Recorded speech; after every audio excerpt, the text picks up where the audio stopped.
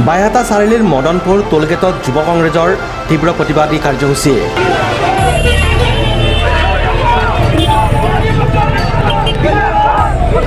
বাইহাটা চাৰিআলিৰ মদনপুৰত টোলগেটত যুৱ কংগ্ৰেছৰ তীব্ৰ প্ৰতিবাদ। কেইবা শতাধিক যুৱ কংগ্ৰেছ কৰ্মীয়ে আজি অৱৰোধ কৰে মদনপুৰ টোলগেট। জৰাজীৰ্ণ পথ ভাল নকৰাকৈ ব্যাপক হাৰত টোল টেক্স বৃদ্ধি কৰাক লৈ এই প্ৰতিবাদী কাৰ্যসূচী। এই অৱৰোধ কাৰ্যসূচীৰ ফলত শ শ যান বাহন আবদ্ধ হৈ পৰে।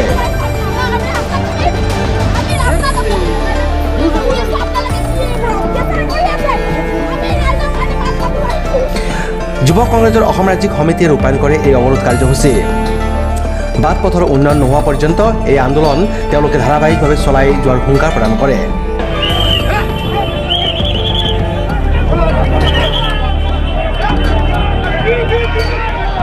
প্ৰথম কাৰণটো হ'ল যে আপোনালোকে জানে আগতে কিমান টোলগেট আছিল আৰু এতিয়া কিমান টোলগেট হৈছে। আৰু টোলগেটখিনি হয়, এইটো কথা ঠিক যে ৰাস্তা ঘাট পদূলি বনাবৰ কাৰণে টোলগেট আৰু টোল টেক্সৰ প্ৰয়োজন আছে, এইটো আমি অনুভৱ কৰোঁ। সেইকাৰণে ৰাইজে ইমান মূল্য বৃদ্ধিৰ পাছতো তেওঁলোকে টোল টেক্সখিনি দি যায়, ফাঁকি নামাৰে।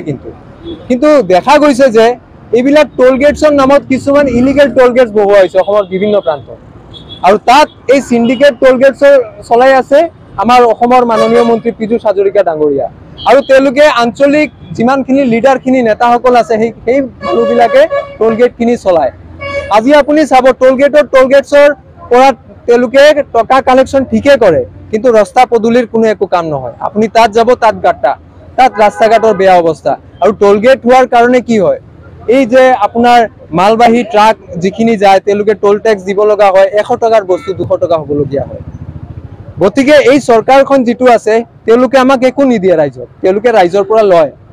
গতিকে আমি ইয়াত প্ৰতিবাদ সাব্যস্ত কৰিছোঁ।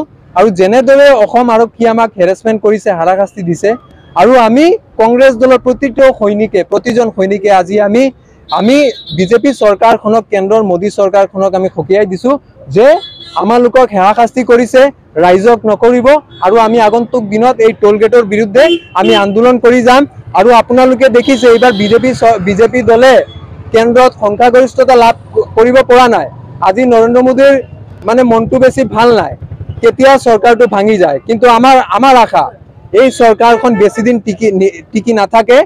যদি ইতিমধ্যে যদি অনাগত দিনত যদি নহয়, এইটো অৱশ্যই হ'ব, চৰকাৰটো ভাঙিব, ইণ্ডিয়া এলায়েন্সৰ চৰকাৰ হ'ব, আৰু আমি ইলিগেল টোলগেটছবিলাক আমি বন্ধ কৰিম। আজি হৈছে অসম প্ৰদেশ যুৱ কংগ্ৰেছৰ সভাপতি মাননীয় যুৱেৰানন্দ ডাঙৰীয়াৰ নেতৃত্বত হৈছে, আৰু আমি অসমৰ বিভিন্ন প্ৰান্তৰ পৰা আমি ইয়াত আহিছোঁ। বাইহাটা চাৰিআলিৰ পৰা Sourav ৰেছৰ report, news express Assam.